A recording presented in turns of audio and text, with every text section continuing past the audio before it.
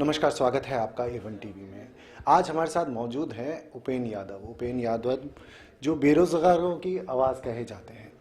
उपेंद्र जी, कल बजट प्रस्तुत हुआ और बजट के बाद ही आपका एक बयान आया जिसमें आपने कहा कि युवाओं के लिए बजट था बट इतना कुछ खास युवाओं को नहीं मिला। आपको क्या अपेक्षाएं थी बजट से और क्या कमी आप मान रहे हैं इसमें भी? देखो, कुछ महीनों पहले मुख्यमंत्री जी ने जब घोषणा की थी कि हम युवाओं को समर्पित बजट लाएंगे, उसके बाद प्रदेश के तमाम युवाओं में बड़ी खुशी थी कि पहली बार पूरे देश में पहला युवाओं को समर्पित बजट आ रहा था। इससे पहले उन्होंने किसानों से समर्पित बजट था। तो इस बजट में जो विभाग के 2 से 3 लाख भर्तियां खाली है, हमने सोचा कि शायद 1-2 लाख भर्तियों की घोषणा होगी।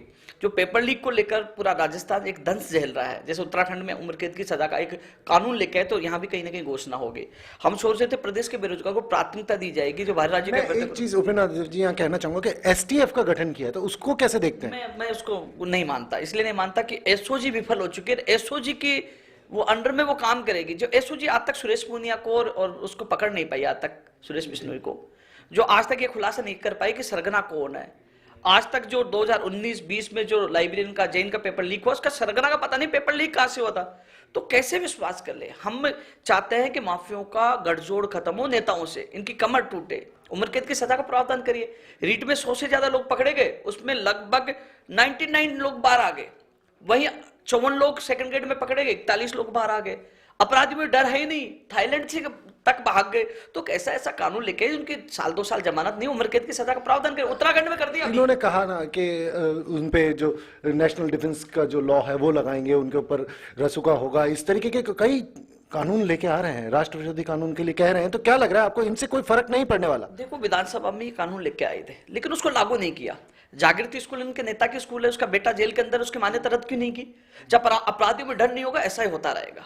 हम मांग करेंगे जो पहले से कानून राजपाशा रासू का है, जिसमें साल भर तक जमानत नहीं होती, वो लागू करिए। आगामी भर्ती परीक्षाओं पेपरों को बचाइए। लेकिन मैंने युवाओं को आक्रोश देखा, मैंने अलग अलग जिलों में रैलियां की है। मैंने मुख्यमंत्री जी के गृह जिले में रैली की, वहां हजारों लोग हुए, 5000 से ज्यादा लोग आए। तो आक्रोश बहुत ज्यादा। एक भी पेपर लीक हो गया तो कांग्रेस के नेताओं के लिए भारी पड़ेगा। और उम्मीद करता हूं, मुझे लगा कहीं ना कहीं सरकार से चूक हुई है। हम लोग 15 तारीख को शहीदी स्मारक पे इकट्ठे हो रहे हैं और कल जब बजट देखने के बाद मुझे भी बुरा लगा, युवा अवसाद से परेशान से दुखी थे। तो मैंने भी घोषणा कर दी कि जब तक मुख्यमंत्री जी और सरकार की तरफ से बयान नहीं आ जाता कि हम भर्तियां नहीं निकालेंगे, तब तक मैंने अन्न का त्याग कर दिया। मैं कल लिक्विड ले रहा हूं, अन्न जब तक नहीं लूंगा जब तक मुख्यमंत्री जी घोषणा नहीं कर देगी, क्योंकि युवाओं के समर्पित बजट था, आपने प्रचार प्रसार किया था। और मैं पूरी उम्मीद करता हूं कि जो 16 तारीख को मुख्यमंत्री जी रिप्लाई देंगे उसमें जरूर कहेंगे कि हम भर्तियां निकालेंगे। क्योंकि ये जिद मैं क्यों कर रहा हूं, क्योंकि जब हमारी वार्ता हुई, जैसे 5 दिसंबर, 7 दिसंबर, 15 दिसंबर, अलग अलग विभागों से मुख्यमंत्री जी के निर्देश पर वार्ता हुई, चिकित्सा विभाग, शिक्षा विभाग, डीओपी सेक्रेटरी, तब हमें कहा गया था कि हम भर्तियां निकालेंगे और लाखों पद खाली है, 2 से 3 लाख। तब हमें सहमति बनी, आसपास बना, फिर घोषणा क्यों नहीं की गई? उपेंद्र जी, CHA का भी एक मामला है। CHA जो कोविड हेल्थ वर्कर्स हैं, उनका भी एक मामला है कि वो कल टंकी पे चढ़ गए, उनके लिए कोई राहत नहीं है। तो इसके बारे में क्या कहेंगे? मैं तो ये कहना चाहूंगा, कोई अनहोनी हो उससे पहले सरकार को वार्ता करके उनकी समस्याओं को हल करना चाहिए। शायद मुझे लगता है कि अभी तक उन तक कोई नहीं पूछा होगा, तो सरकार को संवेदनशीलता दिखानी चाहिए। CHA की एक बात ये भी कहनी है कि उपेंद्र यादव भी हम पे उतना ध्यान नहीं देते जितना दूसरे बेरोजगारों पर दे रहे हैं। उपेंद्र यादव बेचारा कहाँ जाए? अभी थोड़े दिन पहले अजमेर में पीटा पुलिस ने मुझे, उसके बाद मंत्री के बंगले पे बैठ गया, उससे पहले 6 तारीख कर्मचारी चयन बोर्ड। उपेंद्र यादव परिणाम के लिए, भर्ती के लिए, पेपर लीक के लिए अकेला कहाँ भागेगा? मैं अब कभी फ्री दिखता हूं? मैं अब देखिए, मैं रोज भागता हूं। कल मैंने अन्न त्याग दिया, 15 तारीख की तैयारी में फिर जुट गया, फिर बैठूंगा। मेरे तो श्रेष्ठों की शादी है मार्च में, लेकिन मैं सब कुछ छोड़कर मैं पढ़ा हूं। पिछले जो 28 दिसंबर को पहला प्रोग्राम किया, पिछले 1 महीने में मैंने 8 तो रैलियां की और कम से कम 4-5 महीने प्रदर्शन की। 1 महीने के अंदर जगह जगह जाकर, मैं तो रुकता ही नहीं हूं। लेकिन मेरी उनकी संपत्ति उनके साथ है, मैं तो मांग कर सकता हूं सरकार से। लेकिन जो मामले हमारे साथ है, जैसे हम गुजरात भी गए, लखनऊ भी गए, तो उन मांगों के लिए लड़ रहा हूं। मेरे सबसे बड़ा सिद्धांत यह है कि जिन युवाओं के लिए लड़ाई लड़ रहे हैं, मैं उनको छोड़कर दूसरी लड़ाई में नहीं कूद सकता, क्योंकि ये भी कहीं के नहीं रहेंगे, वो भी कहीं नहीं रहेंगे। लेकिन जिन मुद्दों को लेकर लड़ रहे हैं, सबसे बड़ी दंश राजस्थान झेल रहा पेपर लीक का। यदि पेपर लीक रुके नहीं तो राजस्थान के युवा अवसाद में आत्महत्या करने लग जाएंगे। हालात गंभीर है। पेपर लीक माफिया को खात्मा होना चाहिए, पेपर लीक मुक्त राजस्थान होना चाहिए। पेपर लीक मुक्त तो होना चाहिए, ये तो हम भी मानते हैं कि पेपर लीक मुक्त होना चाहिए। एक मुख्यमंत्री ने एक घोषणा और की है जो युवाओं के हित में हो सकती है कि अब कोई शुल्क नहीं लिया जाएगा परीक्षाओं को लेकर के, तो उसको कैसे देखते हैं? उससे 2 चीज हो गई। जब आप भर्तियां की घोषणा नहीं करें, भर्तियां नहीं निकालोगे तो पेपर लीक भी नहीं होंगे। अब भर्तियां नहीं निकाले तो फिर शुल्क कौन देगा? वो तो लागू ही नहीं हो रहा वैसे भी। लेकिन सबसे बड़ी बात है कि ये बजट वास्तव में सबकी निगाह थी। युवा पूरे दिन भर से जब बजट शुरू हुआ मुख्यमंत्री जी को टकटकी लगाई देख रहे थे कि अब बोलेंगे।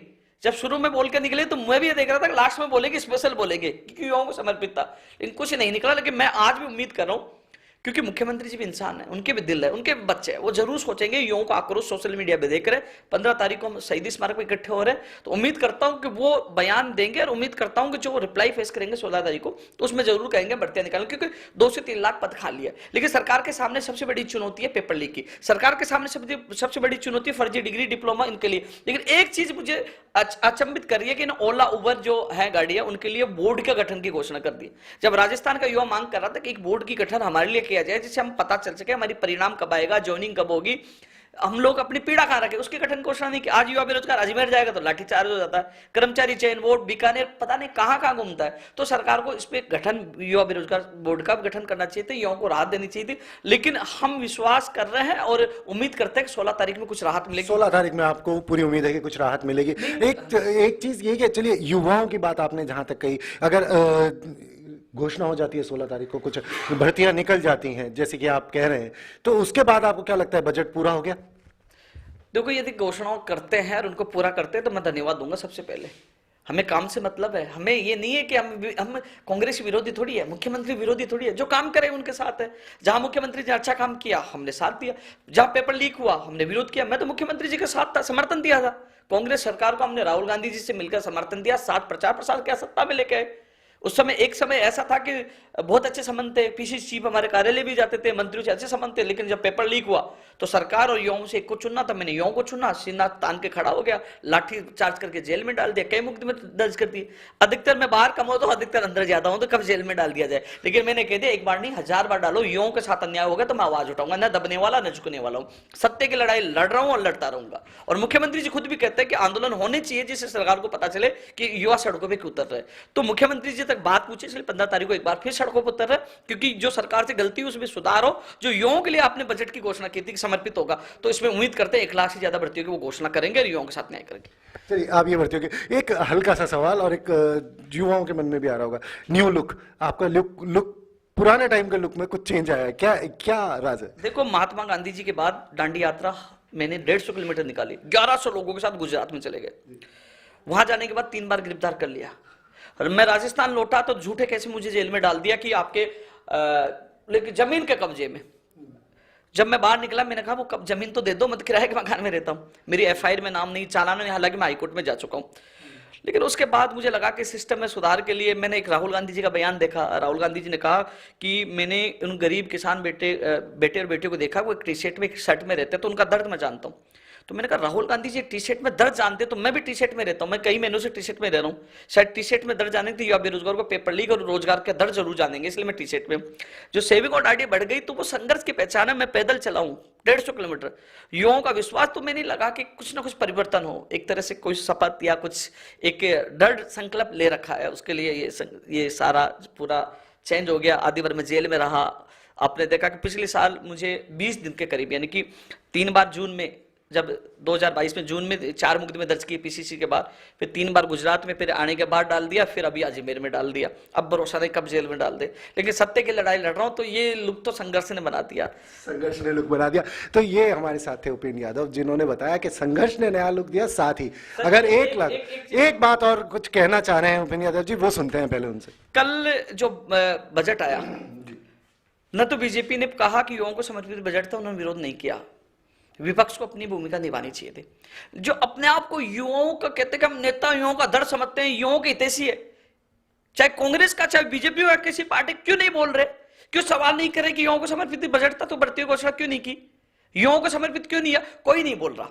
और आप देखना, जब हम विरोध की घोषणा करते हैं ना 15 तारीख को, और मैं लगातार बोल रहा हूं। मांग इन्होंने रखी है। कैमरा पर्सन अभिजीत के साथ गौरव, A1 टीवी जयपुर।